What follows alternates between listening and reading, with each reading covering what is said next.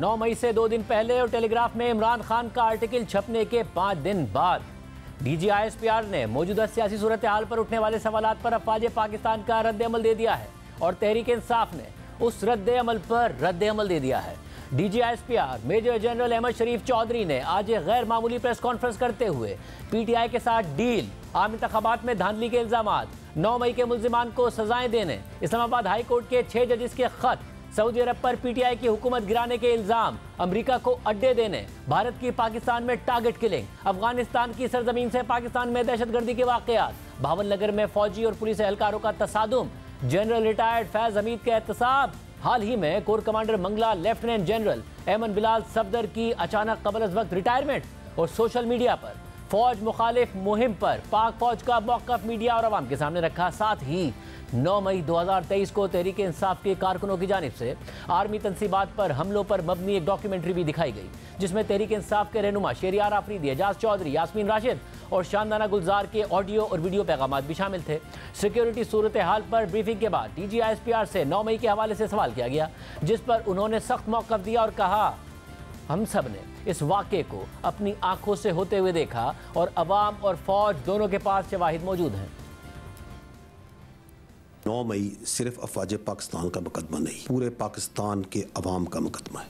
किसी भी मुल्क में उसकी फ़ौज पे हमला कराया जाए, उसके शहीदों की अलामात की तज़हीक की जाए, उसके बानी के घर को जलाया जाए, वहाँ पे अवाम और फ़ौज के दरमियान नफ़रत पैदा की जाए और फिर जो लोग ये करवा रहे हैं, जो कर रहे हैं, उनको कैफरे करदार पे ना पहुँचाया जाए, तो किसी भी मुल्क में ऐसा हो तो वहाँ के निज़ाम इंसाफ पे एक सवाल खड़ा हो जाता है। अगर पाकिस्तान के निज़ाम इंसाफ पे यकीन कायम रखना है तो 9 मई के जो मुल्जिमान हैं, उसको करने वाले और उसको करवाने वाले आइन और कानून के मुताबिक उन्हें सज़ा देनी पड़ेगी। ये जो आप बातचीत कर रहे हैं कि इसके ऊपर बयानिया बनाया जाता है, देखें 9 मई कोई ढकी छुपी चीज़ नहीं है। इसके जो नाकाबिले तरदीद शवाहिद जो उनसे हैं वो अवाम के पास भी हैं, अफवाज के पास भी, हम सब के पास है। हम सब ने अपनी आंखों से इस वाक़े को होते देखा। हम सब ने देखा कि किस तरीके से लोगों की जहन साजी की गई, उनको अफवाज के ख़िलाफ़, उसकी लीडरशिप के ख़िलाफ़, एजेंसियों के ख़िलाफ़, इदारों के ख़िलाफ़ झूठ और प्रोपेगेंडे से उनके जहन बनाए गए। हमने देखा कि किस तरह कुछ सियासी लीडर्स ने चुन चुन के अहदाफ दिए कि इधर हमला करो, इधर हमला करो। हमने देखा कि चंद घंटों में पूरे मुल्क में मुख्तलिफ जगह पे सिर्फ फौजी तनसीबात पर हमले कराए गए। जब ये खुल के सामने आ गया तो वो दूसरा फरेब और दूसरा झूठ और दूसरा प्रोपेगेंडा शुरू किया गया कि ये फॉल्स फ्लैग ऑपरेशन है, ये तो पता ही नहीं क्या हुआ, कौन कर गया, कैसे कर गया। ऐसे ही लोगों के लिए कहा गया है, you can fool all the people some of the time, some of the people all the times, but you can not fool all the people all the times. इस पर तहरीक इंसाफ के तर्जुमान रऊफ हसन ने जवाब देते हुए कहा कि कैमरे की आंख ने तमाम मनाजिर रिकॉर्ड किए हैं तो हमें भी दिखाए जाएं। कहते हैं जी कि ये तमाम मनाजिर जो हैं वो कैमरे की आंख ने कैच किए। मैं देखना चाहूंगा वो मनाजिर जो कैमरे की आंख ने कैच किए। मैं देखना चाहूंगा वो CCTV फुटेजेस जो जिन्ना हाउस के बारे में है या ये किसी भी मिलिट्री एस्टैब्लिशमेंट के बारे में है। मैं देखना चाहूंगा वो CCTV फुटेजेस जो खान साहब की अरेस्ट की हैं। कहीं भी वो CCTV फुटेज आपको नजर नहीं आएगी। क्यों गायब की गई? किसका जुर्म छुपाने की कोशिश की जा रही है? कौन मुजरिम है यहाँ? इस मुल्क का खासा रहा है कि जब जुर्म को और मुजरिम को छुपाना होता है तो शवाहिद मिटा दिए जाते हैं। CCTV फुटेज वो शवाहिद कंटेन करती है जो कि इन्होंने बिठा दिए। डीजी ISPR से यह सवाल भी किया गया कि 9 मई के वाकयात पर जुडिशल कमीशन बनाने का मुतालबा किया जा रहा है। इस पर देखिए उन्होंने क्या कहा। 9 मई करने और करवाने वालों की जो मकाफाते अमल है उसको पीछे क्यों धकेल रही? सवाल बनता है। कहा जाता है कि जुडिशल कमीशन बना दिया जाए। मेरा सवाल यह है कि जुडिशल कमीशन तो उस चीज़ में बनता है जिसके बारे में कोई इबाहम हो। हम तैयार हैं, बनाए जुडिशल कमीशन, लेकिन अगर जुडिशल कमीशन बनाना है तो फिर इस पूरे वाक़े की तह तक जाए। वो जुडिशल कमीशन इस बात का भी अहाता करे कि 2014 का धरना उसके मकासद क्या थे, इस बात का भी अहाता करे कि पार्लियामेंट पे हमला कैसे हुआ और कैसे कराया गया।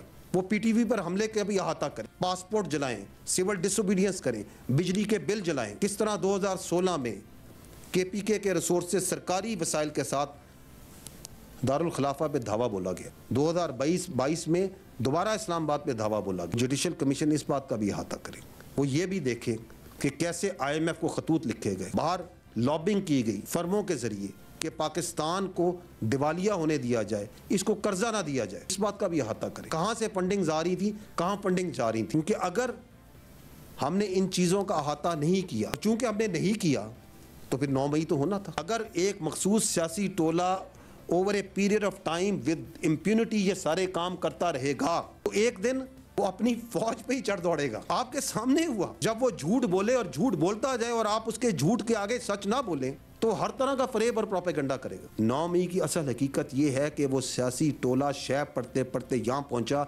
कि वो अपनी ही फौज पे, अपनी इदारों पे फिजिकली उसने हमला कर दिया। उसका गैज़ो गज़ब जब अवामी रद्द अमल देखा तो दूसरा झूठ और प्रोपेगेंडा, फॉल्स फ्लैग ऑपरेशन। हम तो खुद मजलूम हैं। सजा और सजा के निज़ाम पे यकीन कायम रखने के लिए ज़रूरी है कि हम 9 मई को कि मुल्ज़मान को कानून और आइन के मुताबिक सजा दें और जल्द से जल्द दें। उसका जवाब देते हुए तहरीक इंसाफ ने जुडिशल कमीशन बनाकर 2014 के धरने से तहकीकात के आगाज़ की हिमायत करते हुए अपने मजीद मुतालबात भी सामने रख दिए।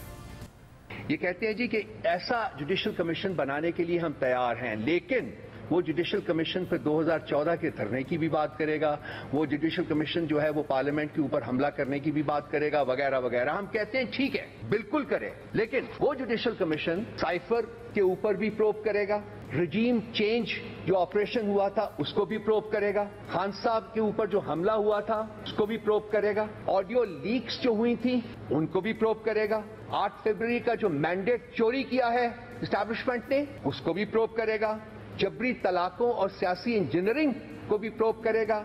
9 मई के ऊपर जो कमीशन जो है वो तो बनेगा, यही सब कुछ करेगा। और ये तमाम वो चीजें हैं जो कि हम डिमांड करते आए हैं। और अगर इन दो अपनी कंडीशंस के साथ ही अगर डीजी आईएसपीआर साहब जुडिशल कमीशन बनाना चाहते हैं तो हम उसकी तईद करेंगे, जरूर बनाएं, क्योंकि और कोई तरीका नहीं है ये एस्टैब्लिश करने का कि किसने जुर्म किया है और क्यों जुर्म किया है और उसको कौन पाल रहे थे, किसकी वो किनकी बैक एंड कॉल के ऊपर वो सब कुछ कर रहे थे। कम से कम पीटीआई में शामिल नहीं थी। इसके अलावा जब आज डीजी आईएसपीआर से यह सवाल हुआ कि तहरीक इंसाफ कह रही है कि 8 फरवरी के इलेक्शन ने 9 मई के बयानिए को मुस्तरद कर दिया है, तो देखिए उन्होंने क्या जवाब दिया। बानी चेयरमैन है, पीटीआई के रहनुमा हैं, वो अब ये कह रहे हैं कि दरअसल जो 8 फरवरी है वो 9 मई को के जो बयानिया है, जो सारी सूरत है उसको उसने मुस्तरद किया है। इस पे आप क्या कहेंगे? एक झूठ को छुपाने के लिए कई झूठ बोले जाते हैं। Let's see the fact. 8 फरवरी को जो टर्नआउट था वो तकरीबन 47% था। तकरीबन 6.5 करोड़ या 65 मिलियन जो वोटर्स थे उस दिन उन्होंने वोट कास्ट की। उसमें से ये जो मखसूस सियासी पार्टी जो कि ये जिनके लीडर्स वो ये बात करते हैं कि जी ये बयानिया उल्टा हो गया, उस पार्टी को पड़े 18.5 मिलियन जो कि कुल का बनता है 31%। तो 69-70% जो वोट पड़ा वो तो उस बयानिया को नहीं पड़ा। तो हम जमहूरियत में रहते हैं ना, अक्सरियत की तरह खुद उधर गया। अगर मैं इसको आबादी के तनासब से देखूं, पाकिस्तानी कुल आबादी का ये 7.5% बनता है मेरे भाई। 92-93% जो आपकी आबादी है उसने तो उस बयानिए के साथ नहीं खड़ी। ये तो हम ये इसलिए कहें कि अगर ये अज्यूम करें कि जिसने उसको 18.5 मिलियन ने वोट डाला उसने कहा कि 9 मई बिल्कुल ठीक हुआ था और बिल्कुल ये फौज पे हमला होना चाहिए था और बिल्कुल ये शहीदों की तस्दीक होनी चाहिए थी, हमारा यकीन है कि ऐसे नहीं है। ये एक और झूठ है कि जो उसके साथ है, जिसने उसको वोट दिया वो फौज के खिलाफ है, ऐसे नहीं है मेरे भाई। ना इस बयानिए के पीछे नंबर्स हैं, ना इस बयानिए के पीछे सोच है। अगर आप देखें कि जिसने उधर वोट डाला उस कैंडिडेट को, उसके कैंडिडेट को, उस पार्टी के, क्या वो वोट फौज के खिलाफ और शहीदों के खिलाफ और इस मुल्क के दिफा करने वाले इदारों के खिलाफ था? क्या वो वोट 9 मई के जलाओ घेराव के हक में था? Absolutely not. आज जब डीजी आईएसपीआर से डील के बारे में सवाल हुआ तो उन्होंने कहा कि कोई सियासी टोला अपनी फौज पर हमलावर हो तो उससे बातचीत नहीं हो सकती। तासुर दिया जाता है कि डील हो गई और ओहदेदारों के नाम भी बताए जाते हैं कि फलां पहुंच गया मुज़ाकरात के लिए। आप आज खुलकर अगर ये बता सके हमें अनएम्बिगुअस टर्म्स में कि क्या कोई डील हो रही है, कोई ढील है, और अगर नहीं है तो काउंटर क्यों नहीं किया गया? अगर कोई सियासी सोच और कोई सियासी लीडर और कोई सियासी टोला अपनी फौज पे हमलावर हो, किसी कौम की फौज के बारे में धमकियां दे, प्रोपेगेंडा करे, तो उससे कोई बातचीत नहीं करेगा। आपके सामने जो कुछ कर रहा है और करवाता आ रहा है उसके साथ कोई बातचीत नहीं हो सकती, हम नहीं कर सकते। ऐसे सियासी इंतशारी टोले के लिए सिर्फ एक ही रास्ता है कि वो सिद्ध के दिल से माफ़ी मांगे कौम के सामने और ये वादा करे कि वो नफ़रत की सियासत को छोड़ के तामीरी सियासत में हिस्सा लेगा। और वैसे भी जो बातचीत है वो सियासी पार्टीज़ को आपस में जेब देती है। इसमें फ़ौज या इदारे बिल्कुल मुनासिब नहीं कि बातचीत में आए।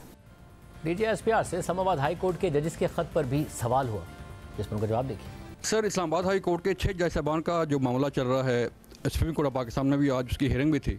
उन्होंने ख़त लिखा, मुख्तलिफ़ किस्म के इल्ज़ामात लगाए, मुख्तलिफ़ किस्म के उसमें पाक फ़ौज के इदारे भी हैं, पाक फ़ौज पर जो है बातचीत की गई। सर बताइएगा कि क्या इस मामले की पाक फ़ौज के अंदर भी कोई इंक्वायरी हो रही है? ये जो मामला है ये आला अदलिया के पास इस ज़ेर बहस है। It is sub judice, so I would not like to comment on it. हम इससे हट के, मैं पहले भी की बात की है, मैं दोबारा ये कहूँगा कि बग़ैर सबूत के इल्ज़ामात लगाना कोई मुनासिब बात नहीं होती। और ये कि हम हमेशा ये रिक्वेस्ट करते हैं कि अफवाज पाकिस्तान को सियासी मामलात में उलझाने से किसी को फ़ायदा हासिल नहीं होता, नॉन प्रोडक्टिव।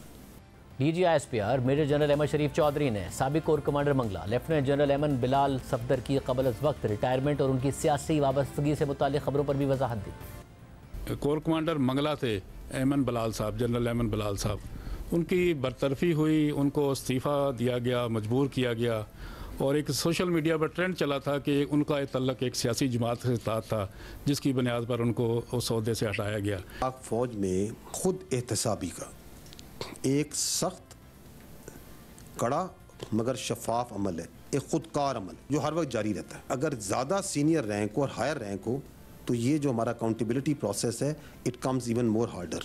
अभी हम 9 मई की बात कर रहे हैं और मैंने आपसे ये कहा कि ये समझने से कासर है कि 9 मई में जो लोग करने वाले और करवाने वाले थे, क्यों उनकी अकाउंटेबिलिटी नहीं हो रही। लेकिन जो फ़ौज ने तो अपना अकाउंटेबिलिटी प्रोसेस तो बड़ी स्पीड से मुकम्मल कर लिया था। तो we are very proud of our accountability system. और जब DGISPR ने अंदरूनी एहतसाब की बात की तो उनसे जनरल फैज़ हमीद के खिलाफ इंक्वायरी का सवाल किया गया। देखिए क्या जवाब दिया। अभी आपने अकाउंटेबिलिटी की बात की, इंटरनल अकाउंटेबिलिटी की एक प्रोसेस है जो चलता रहता है। एक इंक्वायरी और इनिशिएट की गई थी, वो साबिक DGISI जनरल फैज़ के ख़िलाफ़, और एक जो हाउसिंग सोसाइटी थी उनके उस सारे मामले के ऊपर। तो सर ज़रा उसका जो अब तक का स्टेटस है उस इंक्वायरी का, वो ज़रा काइंडली शेयर कर दें। ये जो आपने इंक्वायरी की बात की, सुप्रीम कोर्ट के अहकामात में वज़ारत दिफ़ा की हिदायत के मुताबिक सीनियर लेवल पे एक 2 स्टार जनरल जो है इस इंक्वायरी कर रहे हैं। और इसका मकसद ये है कि इल्ज़ामात तो एक तरफ होते हैं कि इसके हक़ाइक़ तक पहुँचना है, उसके महरक़ात और हक़ाइक़ तक पहुँचना है, to bring out the facts, और उस पर सिफ़ारिशात मुरतब होंगी। And that's how we operate in all inquiries based on facts, not allegations. Press conference के दौरान सहाफ़ी के सवाल पर DGISPR ने अमेरिका को अड्डे देने की बातों को प्रोपेगेंडा करार दे दिया। ये बड़े अरसे से ये प्रोपेगेंडा किया जा रहा है कि पाकिस्तान ने बलूचिस्तान और KP में अपने फ़ौजी अड्डे जो हैं वो अमेरिका के हवाले कर दिए हैं या किए जा रहे हैं। इस हवाले से मायदा तय पा गया और इन अड्डों के पाकिस्तान में किसी को ना कोई अड्डे दिए गए हैं ना दिए जाएंगे जी, पीरियड। DGISPR से सऊदी अरब पर रजीम चेंज के इल्ज़ाम के तनाजुर में पाक फ़ौज का मौक़िफ़ मांगा गया, तो देखिए उनका क्या कहना था। ब्रादर इस्लामी मुल्क सऊदी अरब के साथ पाकिस्तान में के जो ताल्लुकात हैं वो एक आइडियल सिचुएशन में आगे बढ़ रहे हैं। ऐसे में एक पॉलिटिकल पार्टी जो है वो मुसलसल इस तरह की बयानबाजी कर रही है, ख़ास तौर पर रजीम चेंज का इल्ज़ाम जो है उसी ब्रादर मुल्क के ऊपर आयद कर रही है। इस पर क्या कमेंट? ये बहुत अफसोसनाक है।